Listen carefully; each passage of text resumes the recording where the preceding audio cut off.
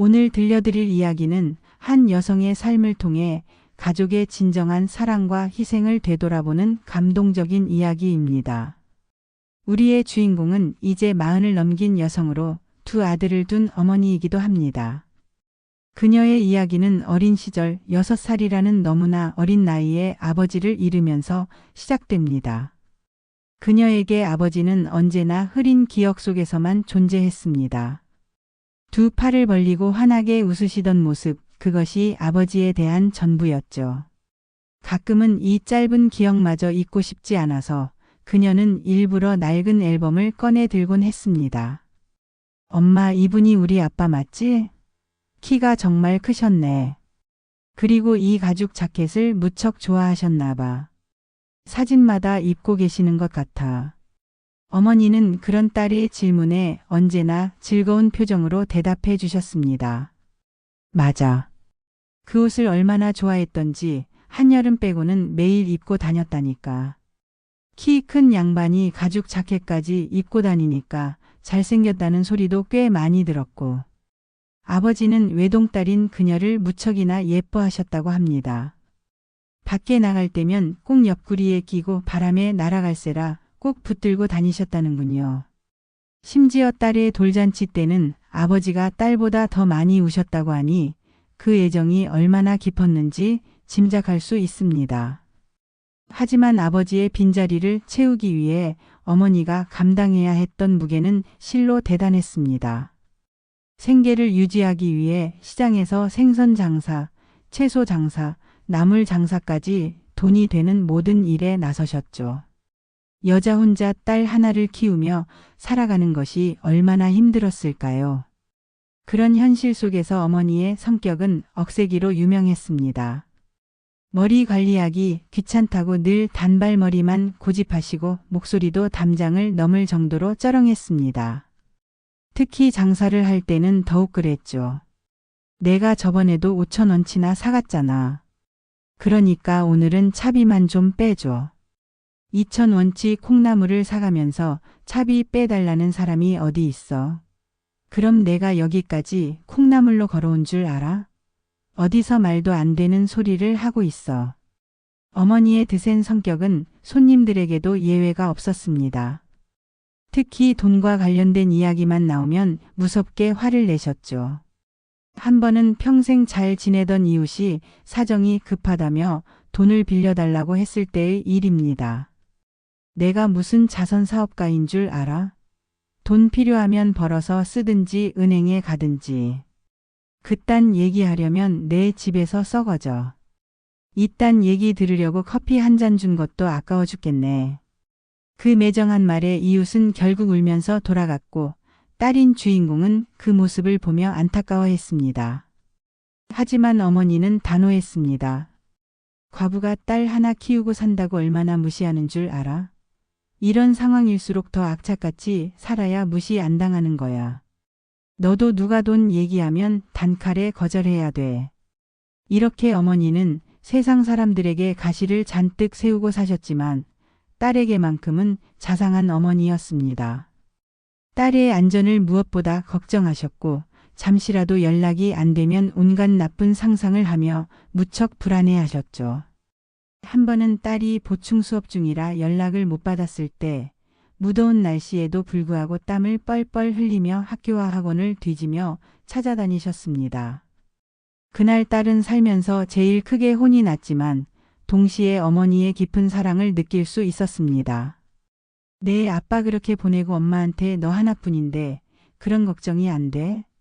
다시는 연락 없이 어디 가지 마. 주인공은 오랜 시간 어머니를 인색하고 매정한 사람이라고 오해하며 살았습니다. 하지만 어느 날 집에 날아온 우편 한 통을 보고 모든 것이 달라졌습니다. 두툼한 우편 봉투에는 몇 년 전부터의 성금 기부 내역이 쓰여 있었던 것입니다. 어머니는 연말마다 고에게 성금을 익명으로 전달하고 계셨던 겁니다. 그 순간 딸은 머리가 띵해졌습니다. 손님들과 툭하면 싸우고 돈 문제에 극도로 예민했던 어머니가 사실은 누구보다 따뜻한 마음을 가지신 분이었다는 것을 전혀 모르고 있었던 것입니다. 딸인 자신을 지키기 위해 고슴도치처럼 늘 가시를 세우고 사셨지만 속은 누구보다 여린 분이라는 것을 이제야 깨달았습니다. 그날 그녀는 어머니의 비밀을 지켜드리고 싶어 그 우편물을 모른 척했지만 곧장 달려가 어머니를 안아드렸습니다. 엄마 저 키우느라 고생 많죠? 제가 다음에 돈 많이 벌어서 엄마 꼭 효도해 드릴게요. 아이고 우리 딸이 갑자기 철이 들었나. 그래 말이라도 고맙다. 부자 안 돼도 좋으니까 그냥 엄마 곁에서 오래오래 건강하게만 자라줘. 사랑하는 우리 딸. 주인공은 조금 강해 보일지 몰라도 한없이 따뜻하고 든든한 어머니의 사랑 덕분에 대학까지 무사히 졸업할 수 있었습니다. 이렇게 어머니의 깊은 사랑과 희생 속에서 자란 그녀의 이야기가 이제 본격적으로 시작됩니다. 다음 이야기에서는 어머니가 운영하게 된 쭈꾸미 식당과 그곳에서 만난 운명적인 인연, 그리고 결혼 후 겪게 되는 예상치 못한 시련들에 대해 들려드리겠습니다. 2장 침탈의 시작, 시모와 남편의 무단 이사. 소제목 바깥사돈 가망 없다며 집을 차지하려는 뻔뻔한 침입자들. 그날은 평범한 하루처럼 시작되었습니다. 주인공은 어머니의 병간호를 위해 필요한 물건들을 가지러 어머니와 함께 살던 전원주택으로 향했습니다. 병원 생활이 길어지면서 집에 들르는 일이 뜸해졌었죠. 한적한 시골길을 따라 익숙한 집으로 다가가던 그녀는 이상한 광경을 목격했습니다. 집 앞에 커다란 이삿짐 트럭이 버젓이 서 있었던 것입니다. 트럭 주변으로는 낯선 사람들이 분주하게 짐을 나르고 있었고 평소 고요하던 마을에 요란한 소음이 가득했습니다. 이상하다. 우리 집 앞에 왜 이삿짐 트럭이? 주인공의 마음속에 불길한 예감이 스쳐 지나갔습니다. 서둘러 집 앞으로 다가간 그녀가 본 것은 상상조차 할 수 없는 광경이었습니다.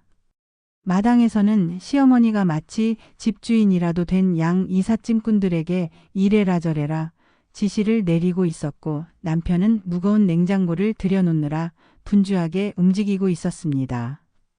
어머님, 여보? 이게 대체 무슨 일이에요? 주인공의 다급한 목소리에 시어머니가 돌아보았습니다. 그 얼굴에는 죄책감이나 미안함 같은 것은 전혀 찾아볼 수 없었습니다. 오히려 당당하고 자연스러운 표정이었죠. 아, 왔구나. 마침 잘 왔어. 우리가 이 집으로 이사 오기로 했거든. 네? 이사요? 그게 무슨 말씀이세요? 주인공은 귀를 의심했습니다. 이 집은 분명히 어머니와 함께 살던 집이었습니다. 어머니의 추억이 곳곳에 스며 있고 아버지와의 사진들이 벽마다 걸려있는 소중한 공간이었죠. 남편이 가까이 다가왔습니다. 그의 얼굴에도 미안함보다는 어떤 결연함이 서려 있었습니다. 여보, 사실 어머님하고 얘기했는데 이 집이 비어있기만 하면 아까우니까 우리가 와서 살기로 했어. 어차피 장모님도 당분간 병원에 계실 텐데 집이 비어있으면 도둑도 들고 관리도 안 되잖아. 그게 무슨. 그리고 말이야, 우리도 전세 만료되어서 집 구하기가 힘들었거든.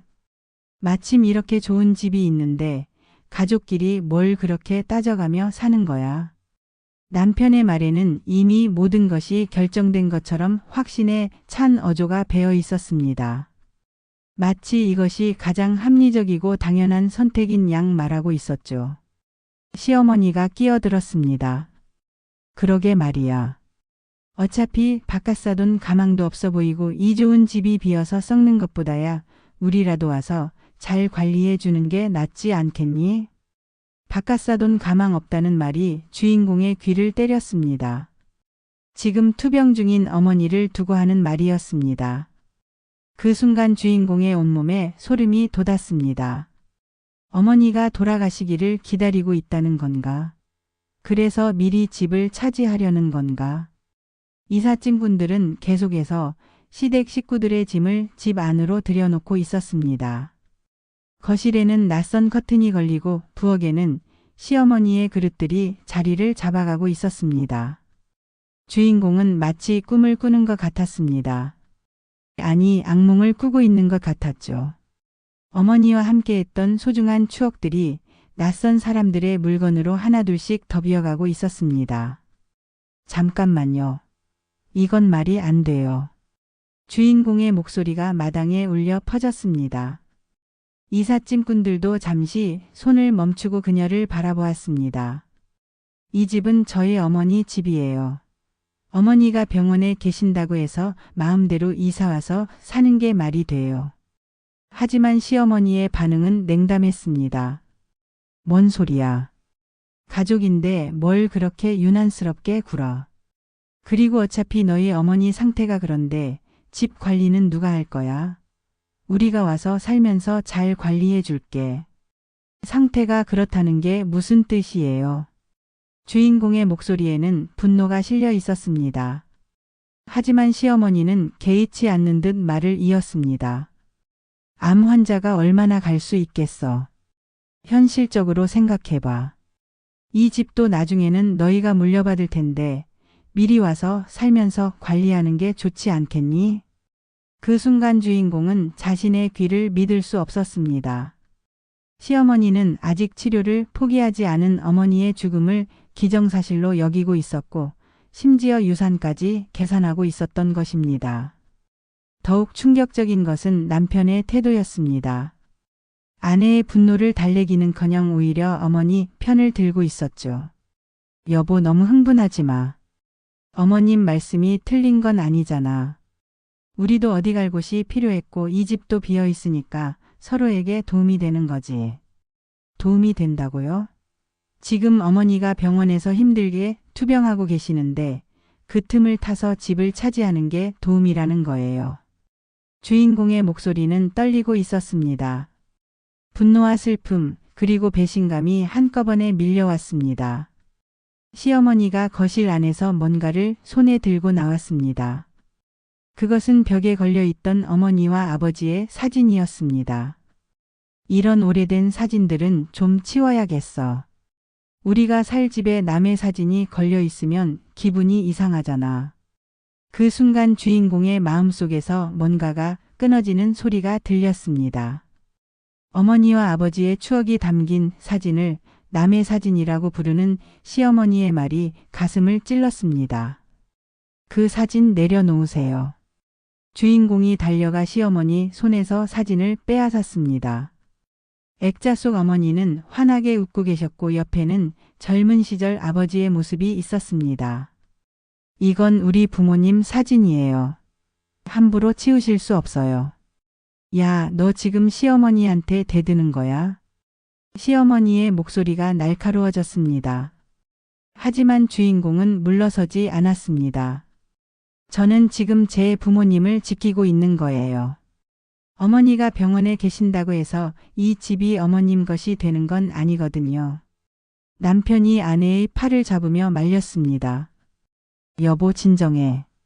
사진이야 다시 걸어놓으면 되잖아. 괜히 어머님하고 싸우지 마. 하지만 주인공은 남편의 손을 뿌리쳤습니다. 지금 사진 문제가 아니에요. 어머니가 투병하고 계시는 동안 우리 집을 차지하려는 게 문제라고요. 시어머니가 코웃음을 쳤습니다. 우리 집이라니. 너 참 웃기는구나. 결혼해서 시집 온 주제에 친정을 우리 집이라고 하네. 그 말에 주인공은 할 말을 잃었습니다.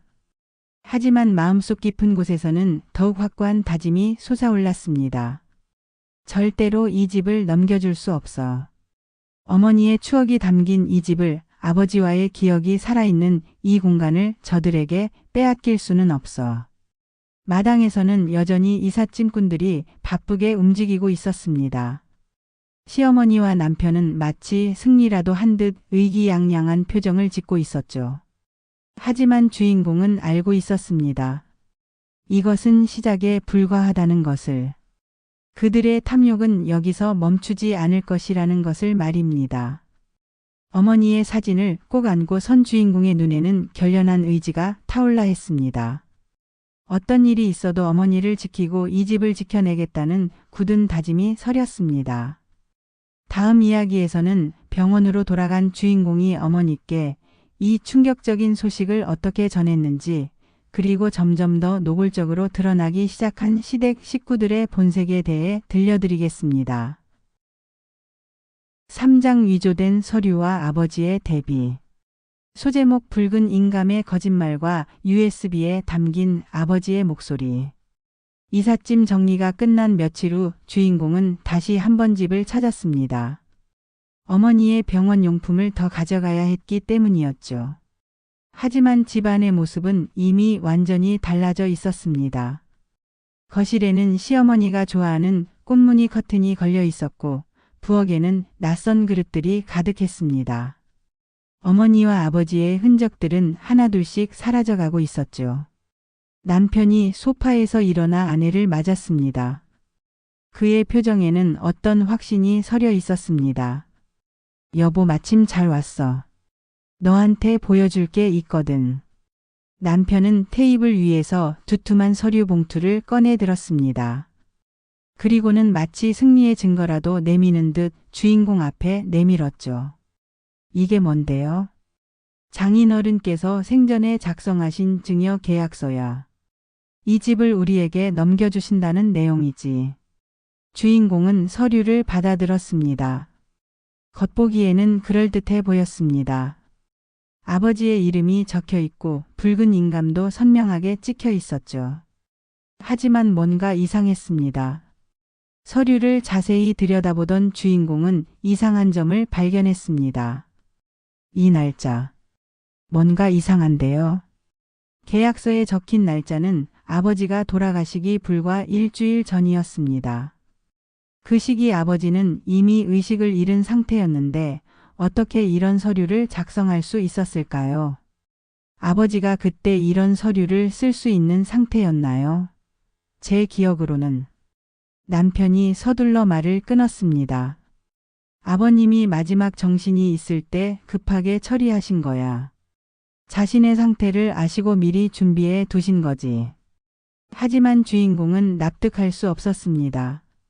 서류의 필체도 평소 아버지의 글씨체와는 달랐고 무엇보다 아버지라면 이런 중요한 일을 딸에게 미리 말씀해 주셨을 것이었습니다. 그때 시어머니가 주방에서 나와 합세했습니다. 뭘 그렇게 의심스럽게 보고 있어? 서류도 있고 인감도 찍혀 있는데 뭐가 문제야? 어머님, 이 서류가 진짜라면 왜 아버지가 저한테는 말씀 안 하셨을까요? 이렇게 중요한 일을. 그야 너한테 말하면 반대할까 봐서 그랬겠지. 아버님도 우리가 얼마나 어려운지 아시니까 배려해 주신 거야.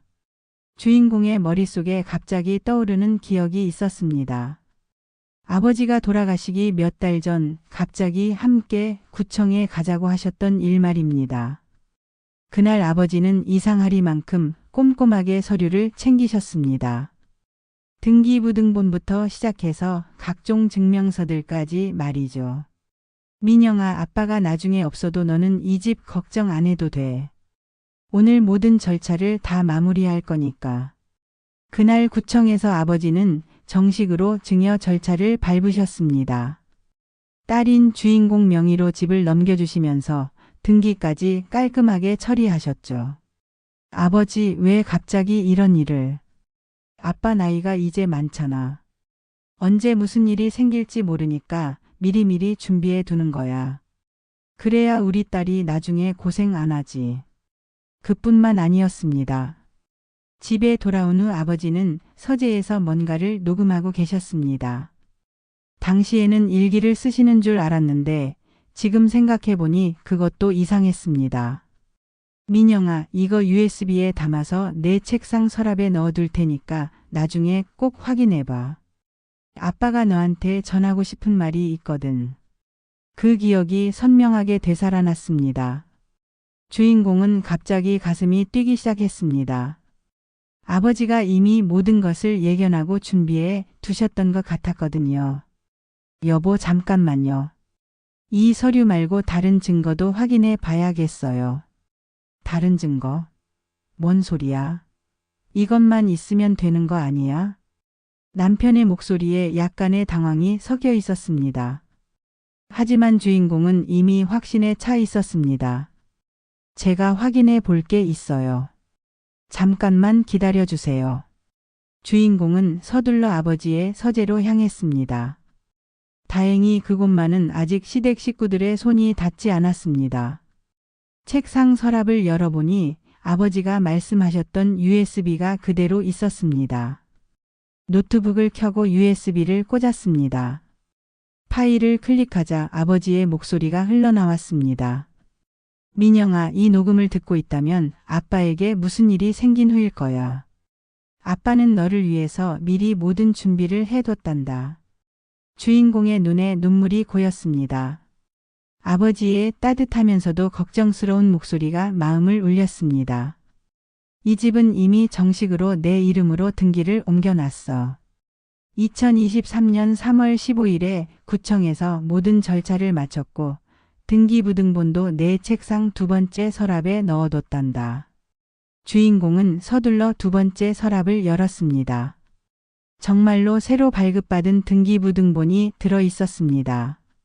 소유자는 분명히 주인공의 이름으로 되어 있었죠.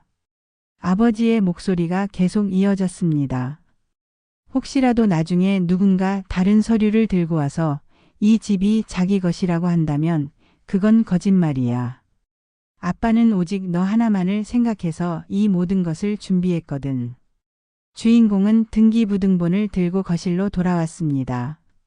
남편과 시어머니는 그녀의 표정이 달라진 것을 보고 불안해하기 시작했습니다. 이게 뭐예요? 주인공이 등기부등본을 테이블에 내려놓았습니다. 그리고 아버지가 들려주신 USB의 내용도 함께 들려주었죠. 이 집은 이미 2023년 3월에 제 이름으로 정식 등기가 되어 있어요. 아버지가 직접 구청에 가셔서 모든 절차를 마치셨거든요. 남편의 얼굴이 하얗게 변했습니다. 시어머니도 마찬가지였죠. 그럼 이 계약서는 위조입니다. 날짜도 맞지 않고 필체도 아버지 글씨가 아니에요. 무엇보다 아버지가 그 시기에는 의식을 잃은 상태였거든요. 정적이 흘렀습니다. 남편은 아무 말도 하지 못했고 시어머니는 변명거리를 찾느라 당황하고 있었습니다. 아버지는 이미 모든 것을 예견하고 계셨던 것 같아요. 혹시라도 이런 일이 생길까봐 미리 증거들을 남겨두셨던 거죠. 주인공은 USB에서 흘러나오는 아버지의 목소리를 다시 들었습니다. 민영아, 아빠는 내가 어떤 어려움에 처해도 이겨낼 수 있는 강한 아이라는 걸 알고 있어. 이 집과 함께 아빠의 모든 사랑도 너에게 물려준다. 엄마도 잘 보살펴주고 행복하게 살아라. 그 순간 주인공은 아버지의 깊은 사랑과 지혜를 다시 한번 느꼈습니다. 아버지는 이미 이 모든 상황을 예상하시고 딸을 지킬 수 있는 모든 방법을 준비해 두셨던 것입니다. 여보, 이제 더 이상 변명하지 마세요. 이 집에서 나가주세요. 주인공의 목소리는 조용했지만 단호했습니다. 아버지의 사랑과 지혜가 그녀에게 용기를 주었습니다. 다음 이야기에서는 진실이 밝혀진 후 벌어지는 시댁 식구들의 마지막 발악과 주인공이 어떻게 집을 완전히 되찾게 되는지에 대해 들려드리겠습니다. 사장 공개 망신 자랑 파티의 역전. 소제목 친척들 앞에서 벌어진 거짓말의 대참사. 그로부터 일주일 후 주인공은 예상치 못한 소식을 들었습니다. 시어머니와 남편이 전원주택에서 큰 잔치를 연다는 것이었습니다. 친척들을 모두 불러서 새집 자랑을 하겠다는 거였죠. 소식을 전해준 것은 시댁의 한 친척이었습니다. 평소 주인공을 안쓰럽게 여기던 분이었죠. 민영아, 너는 오지 말라고 하더라. 그런데 이상한 게 너네 어머니가 돌아가시지도 않았는데 벌써 집들이를 한다니. 뭔가 이상하지 않니? 주인공은 그 말을 듣고 분노가 치밀어 올랐습니다. 어머니가 병원에서 힘겹게 투병하고 계시는데 그 집에서 잔치를 벌인다는 것이었습니다. 이제는 정말 선을 넘었어. 주인공은 변호사와 상의했습니다. 그동안 모아둔 증거들로 법적 대응을 준비하고 있었거든요. 선생님, 오늘이 좋은 기회일 것 같아요. 친척들이 모두 모인 자리에서 진실을 공개하면 더 이상 거짓말을 할 수 없을 테니까요. 좋은 생각입니다. 증거가 확실하니까 걱정하지 마세요. 오늘로 모든 것을 정리합시다. 그날 오후 전원주택은 잔치 분위기로 들썩이고 있었습니다. 마당에는 큰 테이블이 차려졌고 각종 음식과 술이 풍성하게 놓여 있었습니다. 시댁의 친척들 20명 남짓이 모여 있었죠. 시어머니는 마치 진짜 집주인이라도 된 양 의기양양하게 사람들을 맡고 있었습니다. 어머, 정말 좋은 집이네요. 전원주택이라니 부러워요. 그러게 말이야. 장인어른이 정말 좋은 집을 물려주셨네. 공기도 맑고 정원도 예쁘고. 여기서 사는 게 꿈이었는데. 친척들의 부러움 섞인 감탄사가 이어졌습니다. 시어머니는 그런 말들을 들으며 더욱 우쭐해졌죠. 그럼요, 우리 사돈이 생전에 우리를 얼마나 아끼셨는데요. 특히 우리 아들을 친아들처럼 여기셨거든요. 남편도 한편에서 거들었습니다. 장인어른이 돌아가시기 전에 직접 증여 서류까지 써주셨어요. 이 집을 우리에게 맡기겠다고 하시면서요. 와, 정말 복 받으셨네요. 요즘 같은 세상에 집 한 채 얻기가 얼마나 어려운데. 하지만 몇몇 친척들은 조금 다른 반응을 보였습니다. 그런데 민영이는 왜 안 왔어요? 아버님이 돌아가시고 어머님이 투병 중이신데. 아, 민영이는 요즘 너무 예민해져서 말이에요. 어머님 간병하느라 스트레스를 많이 받나 봐요. 시어머니가 얼버무렸지만 눈치 빠른 친척들은 뭔가 이상함을 감지하기 시작했습니다. 그래도 이런 자리에는 와야 하는 거 아닌가요? 친정집이기도 하고. 맞아요. 아무리 그래도 가족인데. 분위기가 조금 어색해지기 시작할 때였습니다. 마당 입구로 주인공과 변호사가 나타났습니다. 안녕하세요, 여러분. 주인공의 차분한 목소리가 잔치 소리를 가로질렀습니다. 친척들이 모두 그녀를 바라보았죠. 시어머니의 얼굴이 순식간에 굳어졌습니다. 너 왜 왔어? 오지 말라고 했잖아. 제 집에서 열리는 잔치인데 제가 왜 오면 안 되죠? 주인공의 말에 친척들이 웅성거리기 시작했습니다. 제 집이라는 표현이 의미심장했거든요. 변호사가 한 걸음 앞으로 나서며 자신을 소개했습니다. 안녕하세요. 저는 이분의 법정 대리인입니다. 오늘 중요한 사실을 알려드리기 위해 왔습니다.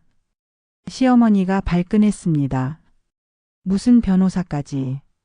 너 지금 우리 가족 잔치를 망치려고 작정했니?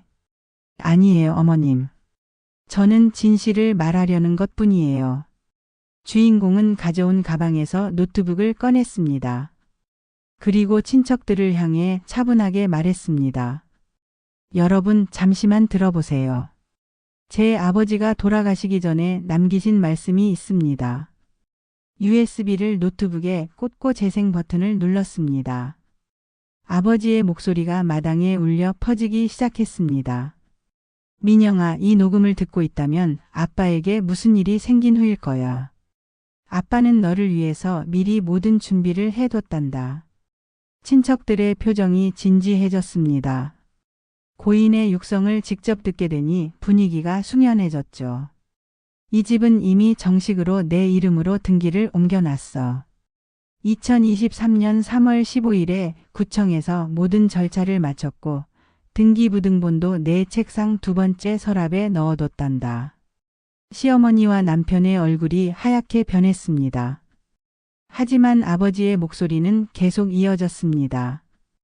혹시라도 나중에 누군가 다른 서류를 들고 와서 이 집이 자기 것이라고 한다면 그건 거짓말이야. 아빠는 오직 너 하나만을 생각해서 이 모든 것을 준비했거든. 친척들이 시어머니와 남편을 의심스러운 눈으로 바라보기 시작했습니다. 주인공이 등기부등본을 꺼내 들었습니다. 이것이 진짜 등기부등본입니다. 2023년 3월 15일자로 소유권이 제 이름으로 되어 있어요. 아버지가 직접 구청에 가셔서 정식 절차를 밟으신 겁니다. 변호사가 보충 설명을 했습니다. 반대로 이분들이 내세우는 증여 계약서는 위조된 것입니다. 날짜상으로도 고인이 의식불명 상태였던 시기이고 필체 분석 결과도 일치하지 않습니다.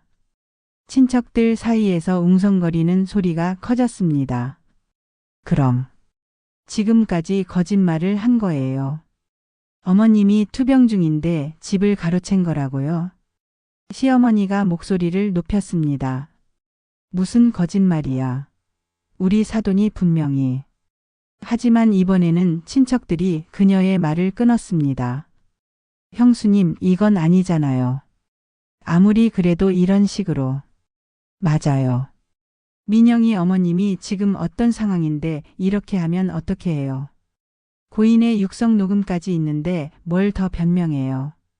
분위기가 완전히 뒤바뀌었습니다. 처음에는 시어머니와 남편을 부러워하던 친척들이 이제는 그들을 비난하기 시작한 것입니다. 한 친척이 주인공에게 다가와 말했습니다.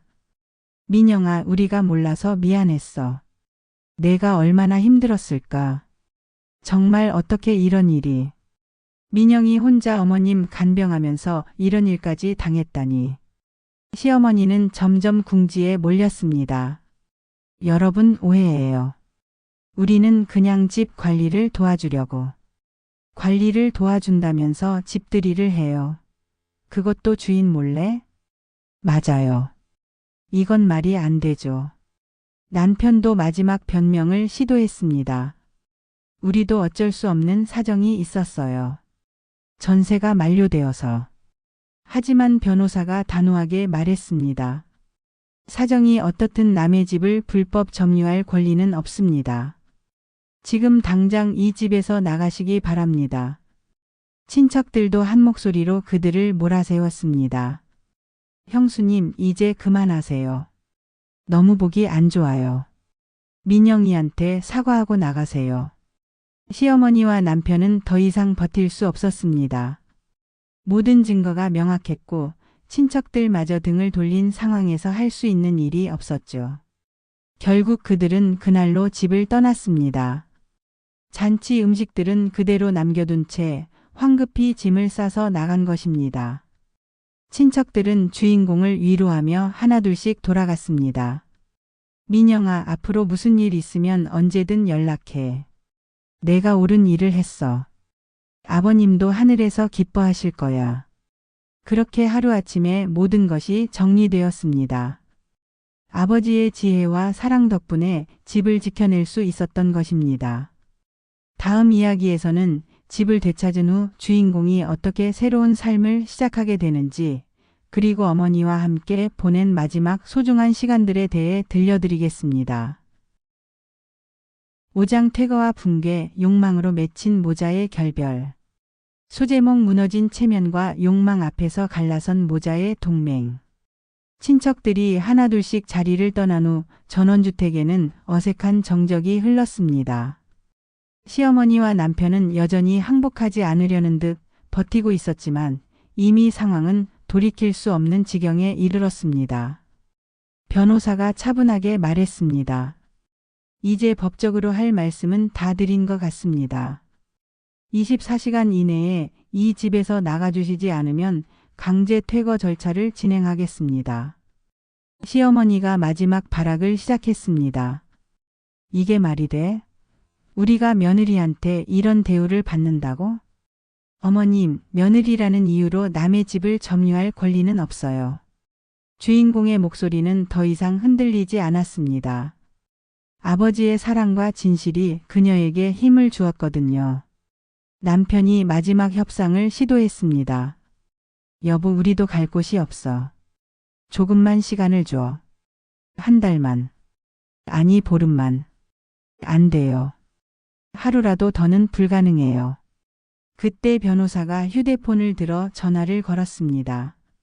네, 경찰서죠. 불법 점유 신고를 했던 건 말입니다. 네, 지금 현장에 나와주시면 좋겠습니다. 시어머니의 얼굴이 창백해졌습니다. 경찰까지 부른다고? 너 정말 우리를 죽이려고 작정했구나. 저는 단지 제 집을 되찾는 것 뿐이에요. 30분 후 경찰차가 집 앞에 도착했습니다. 경찰관 2명이 내려서 상황을 파악하기 시작했습니다. 신고 접수된 불법 점유 사건 맞습니까? 변호사가 준비해온 서류들을 보여주며 상황을 설명했습니다. 등기부등본부터 시작해서 아버지의 육성 녹음, 위조된 계약서에 대한 분석 결과까지 말이죠. 경찰관이 시어머니와 남편을 향해 말했습니다. 서류상으로 이 집의 소유자는 분명히 이분입니다. 더 이상 여기 거주하실 수 없습니다. 시어머니가 경찰관에게 매달렸습니다. 경찰관님, 저희가 가족인데 이렇게까지 해야 하나요? 며느리가 시어머니를 이렇게 대해도 되는 건가요? 하지만 경찰관의 답변은 단호했습니다. 가족이라도 법적으로는 남의 집을 무단 점유하면 안 됩니다. 지금 즉시 나가셔야 합니다. 남편이 아내에게 마지막 애원을 했습니다. 여보, 제발. 우리 사이가 이래도 되는 거야? 아이들 아빠인데. 아이들 아빠라면 더욱 정직하게 살았어야죠. 아이들한테 거짓말과 도둑질을 가르치려고 하세요. 주인공의 말에 남편은 할 말을 잃었습니다. 경찰관이 시계를 보며 말했습니다. 일시간 드리겠습니다. 필요한 짐만 챙겨서 나가세요. 그제야 시어머니와 남편이 짐을 싸기 시작했습니다. 아침에는 집주인 행세를 하며 의기양양하게 친척들을 맞았던 그들이었지만 이제는 초라한 모습으로 짐을 꾸리고 있었습니다. 짐을 싸면서 두 사람 사이에 균열이 생기기 시작했습니다. 평생 욕심으로 뭉쳐있던 모자의 연대가 위기 앞에서 순식간에 무너지기 시작한 것입니다. 시어머니가 아들을 향해 독설을 퍼붓기 시작했습니다. 다 너 때문이야. 내가 무능해서 집 하나 제대로 못 지키고. 엄마, 지금 그런 소리를 해요. 이 모든 계획을 세운 게 누구예요? 계획이 뭐가 나빠? 내가 아내 하나 제대로 못 다뤄서 이렇게 된 거지. 남편의 목소리도 높아졌습니다. 엄마가 너무 성급했어요. 조금만 기다렸으면 됐을 텐데 왜 그렇게 서둘렀어요? 기다려. 바깥 사돈이 언제 죽을지 모르는데 언제까지 기다려? 이 말을 들은 주인공의 가슴이 찢어졌습니다. 시어머니는 끝까지 어머니의 죽음을 기다리고 있었던 것입니다. 두 사람의 다툼은 점점 격해졌습니다. 그동안 같은 욕심으로 뭉쳐있던 모자 관계가 실패 앞에서 서로를 원망하는 적대적 관계로 급변하고 있었습니다. 엄마, 이제 그만해요. 다 끝났잖아요. 끝났다고? 내가 그 계집한테 휘둘려서 끝난 거지. 남자가 되어서 아내 하나 못 다루고. 그럼 엄마가 해봐요. 법까지 가져와서 어떻게 해요? 법? 내가 제대로 했으면 법까지 갈 일도 없었어. 경찰관이 끼어들었습니다. 조용히 하세요. 빨리 짐 싸서 나가십시오. 하지만 모자의 다툼은 멈추지 않았습니다. 평생 욕망으로 뭉쳐있던 그들의 관계가 한순간에 무너져 내리고 있었던 것입니다. 그때 시아버지가 늦게 도착했습니다. 소식을 들고 급하게 달려온 것이었죠. 하지만 그가 본 것은 경찰에게 쫓겨나는 아내와 아들, 그리고 서로를 원망하며 다투는 처참한 광경이었습니다. 이게 대체 무슨 일이야? 시아버지의 목소리에는 당황과 분노가 섞여 있었습니다. 시어머니가 남편을 멱살 잡듯 다가갔습니다. 당신도 아들 좀 혼내세요. 이 모든 게 다 얘 때문이에요. 뭐? 엄마가 먼저 시작한 일인데 왜 내 탓이에요? 시아버지가 상황을 파악하자 얼굴이 굳어졌습니다. 너희들이 남의 집을 무단 점유했다고? 그것도 위조 서류까지 만들어서. 아버지, 사정이 있었어요. 우리도 어쩔 수 없이. 어쩔 수 없이? 이게 어쩔 수 없이 할 일이야. 우리 집안 망신을 시키려고 작정했구나. 시아버지마저 등을 돌리자 시어머니와 남편은 완전히 고립되었습니다. 가족들로부터도 친척들로부터도 버림받게 된 것입니다. 시어머니가 며느리를 향해 마지막 독설을 퍼부었습니다. 너 이렇게 살아서 뭐가 좋아? 남편도 잃고 시댁도 잃고. 어머님이야말로 체면도 잃고 아들 며느리도 잃고 시댁 식구들한테까지 버림받아서 뭐가 남았어요. 주인공의 반박에 시어머니는 말문이 막혔습니다. 정말로 그녀에게는 아무것도 남지 않았기 때문입니다. 시아버지가 차갑게 말했습니다. 우리 집에도 오지 마라. 이런 창피한 일 저지르고 어떤 면목으로 집에 와. 그 순간 시어머니는 자신이 완전히 사회적으로 고립되었음을 깨달았습니다. 친척들은 이미 등을 돌렸고 남편은 자신을 원망하고 있었으며 시댁 식구들마저 그녀를 외면하고 있었던 것입니다. 남편이 마지막으로 아내에게 말했습니다. 여보, 정말 이게 끝인 거야? 우리 결혼 10년이 이렇게 끝나는 거야? 당신이 선택한 일이에요. 저는 제 부모와 집을 지킨 것뿐이에요. 일시간이 지나자 경찰관이 재촉했습니다. 시간 됐습니다. 이제 나가세요. 시어머니와 남편은 할 수 없이 몇 개의 가방만 들고 집을 나섰습니다. 그들이 가져왔던 가전제품이나 가구들은 그대로 두고 갈 수밖에 없었죠. 대문을 나서면서도 두 사람의 다툼은 계속됐습니다. 엄마, 이제 어디로 가요? 갈 곳이나 있어요? 그건 내가 알아서 해. 내가 왜 책임져야 해? 엄마가 이 일을 벌였으니까 엄마가 책임져야죠. 뭐? 내가 지금 엄마한테 책임지라고 해? 길가에서 벌어지는 모자의 추한 다툼을 지켜보는 이웃들의 시선이 따가웠습니다. 하지만 그들은 더 이상 체면을 차릴 여유가 없었죠. 시아버지가 마지막으로 쐐기를 박았습니다. 너희 둘 다 우리 집 문턱도 밟지 마라. 친척들한테도 얼굴 들고 다니지 말고. 결국 시어머니가 먼저 돌아섰습니다. 알았어. 나는 내 갈 길 간다. 너도 내 갈 길 가고. 엄마, 그럼 정말도 뭐도 없어. 나는 너 같은 무능한 아들 없어. 시어머니는 자신의 가방을 들고 한쪽으로 사라져갔습니다. 남편은 그 뒷모습을 바라보며 절망에 빠졌죠. 어머니마저 그를 버린 상황에서 그에게는 정말 아무도 남지 않았습니다. 주인공은 집 안에서 그 모든 장면을 지켜보았습니다. 분노보다는 씁쓸함이 먼저 들었습니다. 욕망으로 뭉쳐있던 관계가 이렇게 허무하게 무너지는 것을 보니 인생의 무상함이 느껴졌거든요. 경찰관이 주인공에게 말했습니다. 이제 문제없이 정리됐습니다. 혹시 또 무단 침입하면 바로 신고하세요. 감사합니다. 변호사도 안심한 듯 말했습니다. 이제 완전히 끝났습니다. 더 이상 걱정하지 마세요. 집 안은 다시 조용해졌습니다. 아직 파티 음식들이 테이블 위에 그대로 남아 있어서 더욱 쓸쓸해 보였죠. 주인공은 아버지와 어머니의 사진을 원래 자리에 다시 걸었습니다. 사진 속 부모님은 여전히 따뜻하게 웃고 계셨습니다.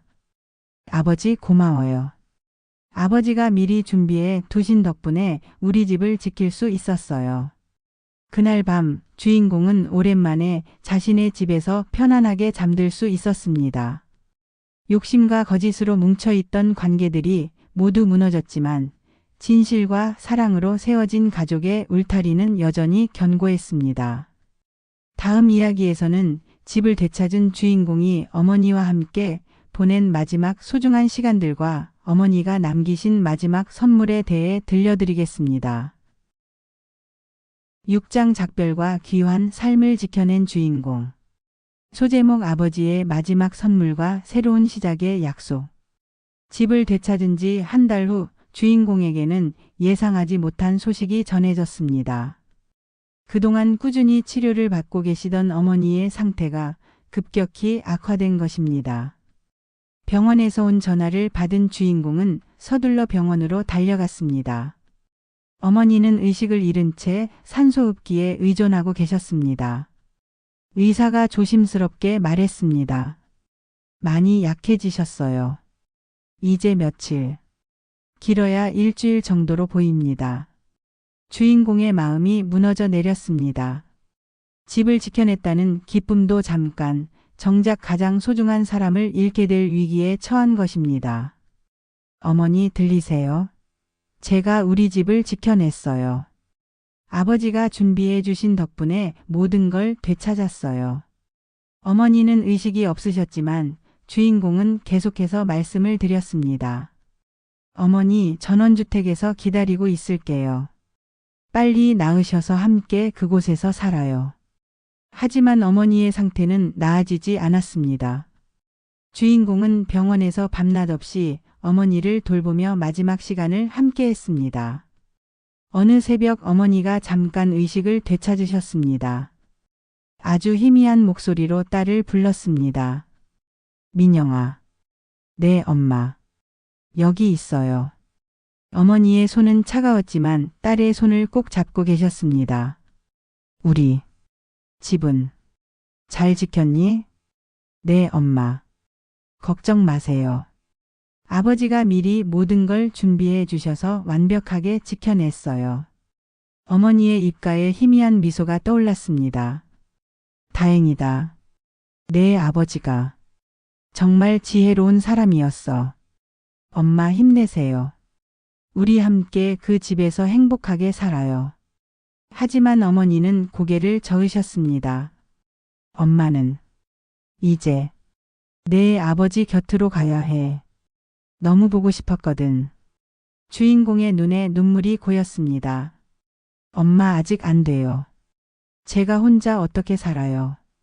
우리 딸 이제 다 컸잖아. 집도 지켜낼 만큼 강해졌고.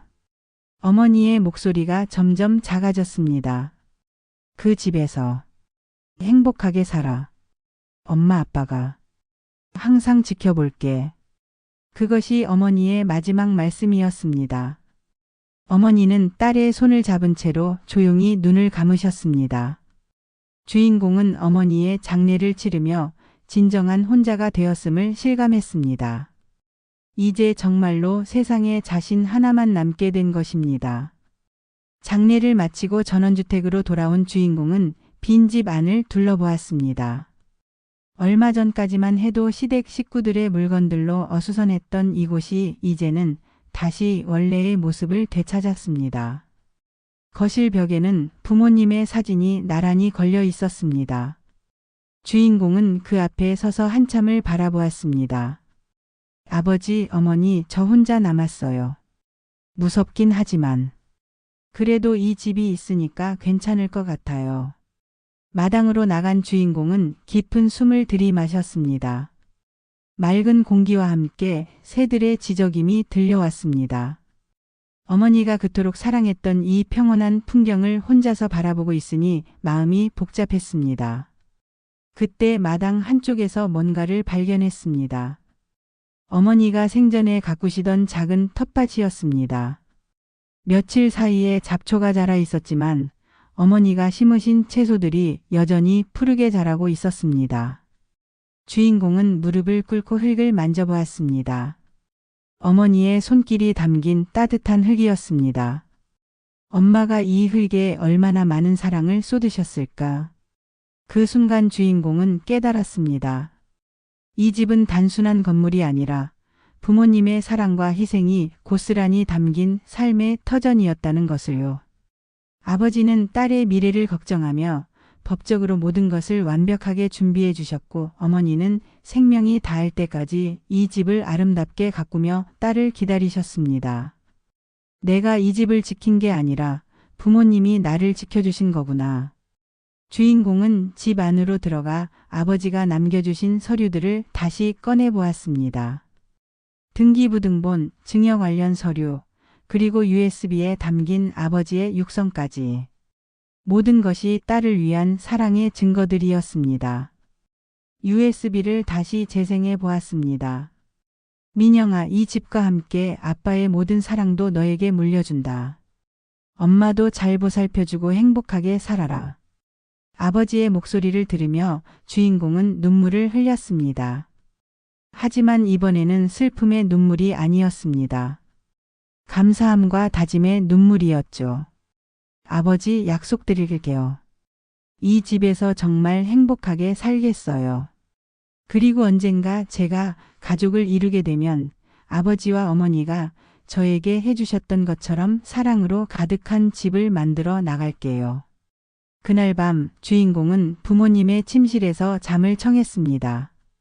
어머니의 향기가 아직 남아있는 이불을 덮고 누워있으니 마치 어머니의 품에 안겨있는 것 같았습니다.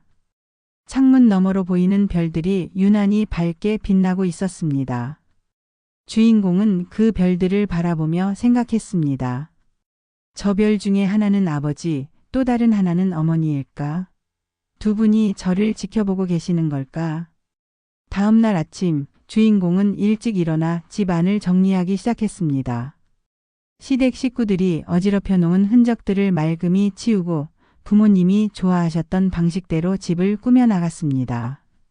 거실에는 어머니가 좋아하셨던 하얀 레이스 커튼을 다시 걸었고 아버지의 서재는 원래 모습대로 정리했습니다.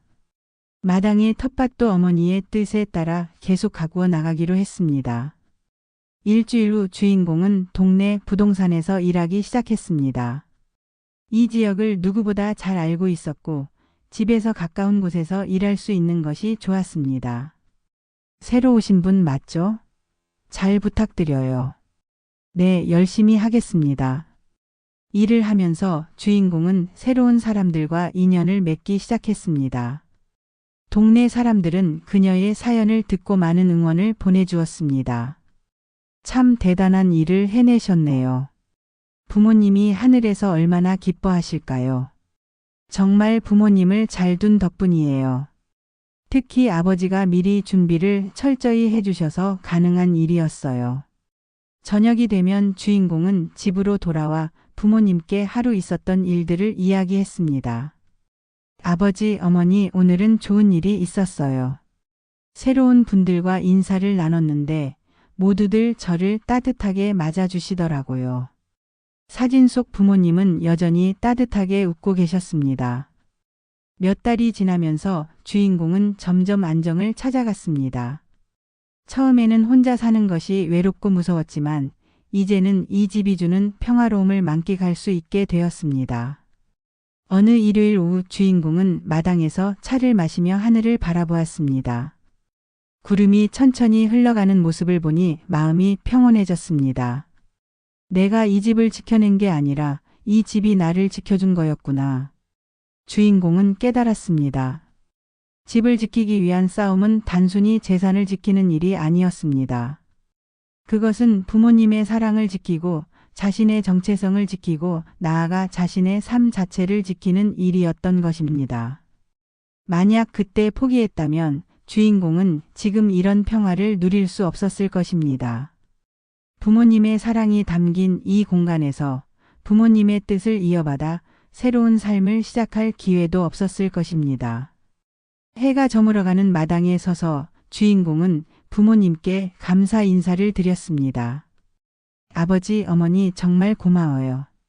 덕분에 제가 진짜 제 삶을 찾을 수 있었어요.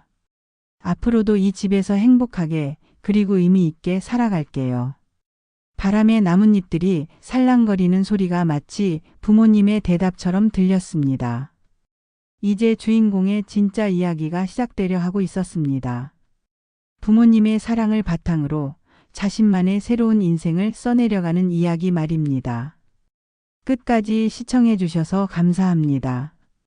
때로는 우리에게 정말 소중한 것을 지키기 위해서는 용기 있는 선택이 필요합니다. 여러분의 삶에도 지켜야 할 소중한 것들이 있으시길, 그리고 그것을 지켜낼 수 있는 지혜와 용기가 함께 하시길 바랍니다. 구독과 좋아요 부탁드립니다.